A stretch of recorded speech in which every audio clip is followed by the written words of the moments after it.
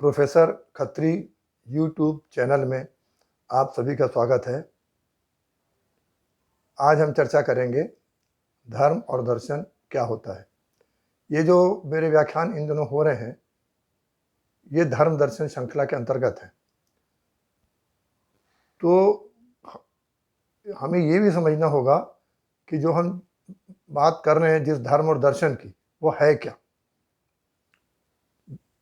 अंग्रेजी में रिलीजन कहते हैं और हिंदी में उसका अनुवाद धर्म कर लेते हैं, परंतु जो हमारी मान्यताएं हैं, हमारी भारतीय मान्यताएं हैं, उसमें धर्म का अर्थ केवल आध्यात्मिक ज्ञान से नहीं है, केवल ईश्वर, परमात्मा, प्रकृति, मोक्ष, इन सब की चर्चा ही इतनी मात्र नहीं है। धर्म के अलग अलग अर्थ हैं। एक अर्थ तो वो इसको हम मत कहते हैं। जो ये आध्यात्मिक अवधारणाएं हैं, ये मत के अंतर्गत आती हैं। तो ये मत हो गया। और इसी मत के जो है, जैसे अब हमारे हिंदू सनातन धर्म जो चला आ रहा है, इसके अंदर जो हमारे मत हैं, तो पहले शैव, वैष्णव और शाक्त तीन होते थे, जिसमें भगवान विष्णु की, भगवान शिव की और भगवती देवी की उपासना करते थे, आज भी करते हैं। और उसके बाद में फिर जो है अन्य धर्मों का यहाँ पर मतों का विकास हुआ। बौद्ध है, जैन है, सिख है। तो फिर आर्य समाज वालों ने भी अपनी विचारधाराएं अलग प्रारंभ की, तो इस प्रकार से इनका प्रारंभ हुआ। तो ये मत है उसमें। अब विदेशी में तो ये है कि जो भारत के बाहर के हैं, इस्लाम है, ईसाई है, यहूदी है, तो माने उनका रिलीजन, धर्म, वो उसका अर्थ वही लेते हैं, पर हमारे उसका मत से अर्थ है। तो फिर हमारा धर्म से और क्या अर्थ है? तो एक तो मत हो गया, ये जो मत अभी बात की है। अब दूसरी बात जो आती है, धर्म का अर्थ होता है कर्तव्य से। हमारा कर्तव्य क्या है? कर्तव्य किस प्रकार से? हम छात्र हैं तो हमारा काम पढ़ना है, हम दिल लगा कर पढ़ें। माता पिता नंबर पर व्यय कर रहे हैं तो हम, और इस आशा से कर रहे हैं, और हम भी सोचते हैं कि हम बड़े होकर के समाज में या प्रतिष्ठित पद को प्राप्त करें, तो हमको उसके लिए ईमानदारी से, परिश्रम के साथ, लगन के साथ अध्ययन करना है। शिक्षक है, उसे ईमानदारी से पढ़ाना चाहिए ताकि बच्चे का भविष्य अच्छा बने। पति पत्नी है तो पति को जो है अपनी पत्नी के प्रति जो उनका कर्तव्य होता है उसका पालन करना है, पत्नी को पति के प्रति कर्तव्य है उसका पालन करना है, माता पिता को बच्चों के प्रति है, बच्चों का भी माता पिता के प्रति कर्तव्य है। तो इस प्रकार से जो कर्तव्य है वो भी उसका, कहते हैं वो उसका धर्म क्या है। कोई बात होती है तुम्हारा धर्म क्या है, तो धर्म का मतलब ये अर्थ नहीं है कि आप पूजा कैसे करते हो, आपके आध्यात्मिक अवधारणा क्या है, तो ये मतलब नहीं है। तो मतलब ये है कि भाई आपका कार्य, आपको क्या जो है व्यवस्था ने आपको क्या कार्य सौंप रखा है, तो एक धर्म का उससे अर्थ है। दूसरा क्या है, विज्ञान के शब्दों में हम प्रयोग करते हैं, गुण धर्म शब्द प्रयोग करते हैं। तो उस गुण धर्म का अर्थ होता है किसी वस्तु की जो है वो विशेषताएं क्या है, उसके अपने गुण क्या है, वो अन्य चीज़ों से जो रासायनिक क्रियाएं करता है वो किस प्रकार से करता है, किस प्रकार के उसमें परिवर्तन होते हैं। अब सामाजिक व्यवस्था में भी हम कह सकते हैं कि अगर हम उसे गुण धर्म की किसी बात करें, तो चाहे वस्तु हो चाहे व्यवस्था हो, तो हमें उसकी विशेषताओं को समझना है। तो ये भी जो है हम जो एक वृहद शब्द धर्म है उसके अंतर्गत आ जाता है। और जब हम धर्म दर्शन की बात करेंगे तो हम इन सारी बातों का ध्यान रखेंगे। अब बात आती है दर्शन की। तो दर्शन क्या है? दर्शन माने देखना। किसी के दर्शन किया, हम मंदिर में दर्शन करने गए, माने हमने वहाँ मूर्तियाँ देखी, पर दर्शन का ये अभिप्राय नहीं है। जब हम दर्शन की बात करते हैं, फिलॉसफी की बात करते हैं, तो उसका मतलब होता है जिस चीज़ की हम चर्चा कर रहे हैं उसके रहस्यों को समझना। उसमें जो कोई भी व्यवस्था है तो उस व्यवस्था की क्या आधार क्या है, उसका मूल क्या है, उसकी दिशाएं क्या हैं, हमें इस बात को समझना चाहिए। तो अब जो दर्शन की बात आती है तो केवल अध्यात्म का क्षेत्र नहीं है कि हमने कहा दर्शन है तो दर्शन माने केवल हम जो चर्चा आपसे करेंगे वो यही करेंगे कि भाई आध्यात्मिक चर्चा करेंगे कि पूजा कैसे करनी है, तो हमको ईश्वर को क्या मान्यता दे रखेंगे और हम आत्मा की क्या मान्यता होगी, ये अपनी जगह है। जब हम इसके लिए विशेष रूप से दर्शन विषय के रूप में, दर्शन एक विषय भी है, तो जब हम विषय के रूप में बात करेंगे तब ये बातें उसमें आएंगी। लेकिन जब हम सामान्य रूप से दर्शन की बात करते हैं तो समाज शास्त्र है, उसका अलग दर्शन है।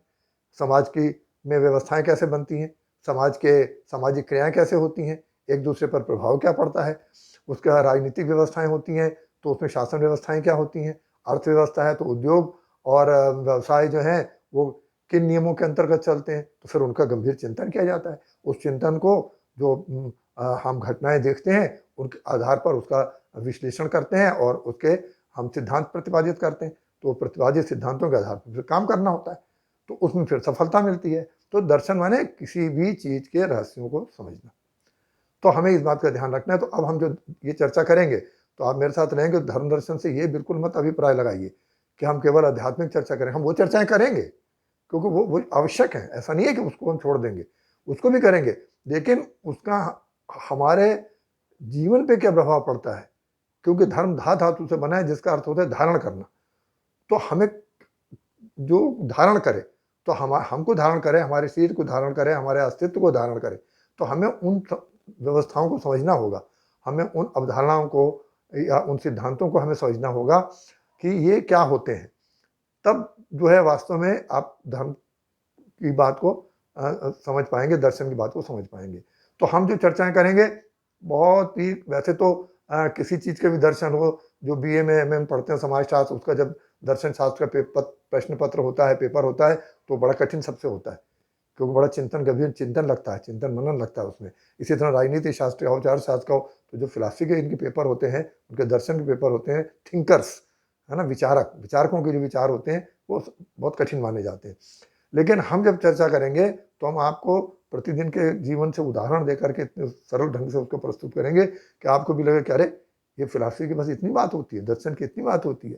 तो ये आपको फिर आनंद की अनुभूति भी होगी, और जो आप परेशान होते हैं कि ऐसा क्यों नहीं हो रहा, ऐसा क्यों नहीं हो रहा, तो उसके कारण भी समझ सकेंगे कि भाई जब इस व्यवस्था नियमों के विरुद्ध सारी कार्य हो रहे हैं, तो भाई फिर तो जो विपरीत हो रहे हैं तो कार्य परिणाम भी विपरीत आएंगे। अब इसमें जो है, अब हम जो है आज की तो केवल हमको इसके दोनों के संदर्भ में केवल मुझे इतने कहना था। अब एक सबसे बड़ी खास बात यह है कि मैक्स वेबर ने धर्म का समाजशास्त्र लिखा, एक पुस्तक लिखी पूरी, कई साल के अध्ययन के बाद लिखी।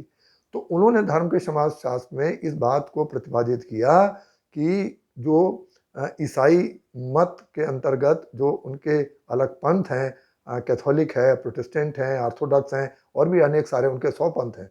तो ये जो तीन मुख्य चलते हैं, तो इसमें जो प्रोटेस्टेंट हैं उनकी धार्मिक मान्यताएं क्या थी, शिक्षाएं क्या थी और हैं, रही हैं, जिसका अनुकरण करते हुए जो वर्तमान हम पूंजीवादी व्यवस्था देख रहे हैं इसका विकास हुआ। कैथोलिक में नहीं हुआ। और इसी आधार पर उन्होंने कहा कि बाकी धर्मों का अध्ययन किया कि इस्लाम है या हिंदू धर्म है या बौद्ध है, जैन है, तो इन सब बातों का करके उन्होंने आधार पर बताया कि भाई इसके कारण जो है इसकी मान्यता नहीं हुई, पूंजीवाद का विकास नहीं हुआ, इनका आर्थिक विकास नहीं हुआ, सामाजिक विकास इनका भी उसके कारण पिछड़ गया। तो ये जो खास बात है, तो हम सबसे पहले अब उसकी चर्चा करेंगे ताकि आपके दिमाग से ये एक कोई भ्रम ना रहे कि हम कोई बहुत गंभीर आध्यात्मिक चिंतन करने वाले हैं। फिर उसके बाद जो है हम फिर अपने धर्म की मान्यताओं को देखेंगे कि क्या था, और अब हमारे किस प्रकार की मान्यताएं हों, हम किस चीज का अनुकरण करें कि जिससे सबसे पहले हमारा यह लोग अच्छी तरह से हो, और उसके बाद में हमको जिसको मोक्ष कहते हैं कि उसके बाद की भी अगर कोई स्थिति है, पुनर्जन्म होता है या दूसरा जन्म होता है, या उसके बाद हम जाते हैं, आत्मा ही अकेले स्वतंत्र रहती है, तो उसको शांति कैसे मिले, तो फिर हम इसकी भी चर्चा उसे क्रम से ही करेंगे। बिल्कुल सामान्य रूप से सब चर्चाएं होंगी। तो सबसे पहले तो थोड़ी विस्तार तो उसमें लेना पड़ेगा, क्योंकि कुछ मान्यताएं देखनी पड़ेगी, कुछ करना पड़ेगा। तो लेकिन फिर आपको ये बात में आनंद आएगा कि देखिए किस प्रकार से जो है धर्म, किस प्रकार से पूंजीवाद को उसने विकसित किया। तो फिर हमारे धर्म में क्या कमी थी, और अब जो है हमको जो दिशा, किस दिशा में अब अपने धर्म को क्या, किस रूप में हमको आगे लेकर के चलना है, जिससे कि हमारी सबसे पहले तो वर्तमान जो हमारा जीवन चल रहा है ये बहुत अच्छे से व्यतीत हो, उसके बाद फिर हम आगे की बात करेंगे। तो आज इसी के साथ जो है मैं अपनी बात समाप्त करता हूँ, और आप हमारे साथ बने रहिए। प्रोफेसर खत्री यूट्यूब चैनल को सब्सक्राइब करिए और उसको लाइक करिए, और हमारे साथ बने रहिए, हम आपको नई नई बातें बताते हैं।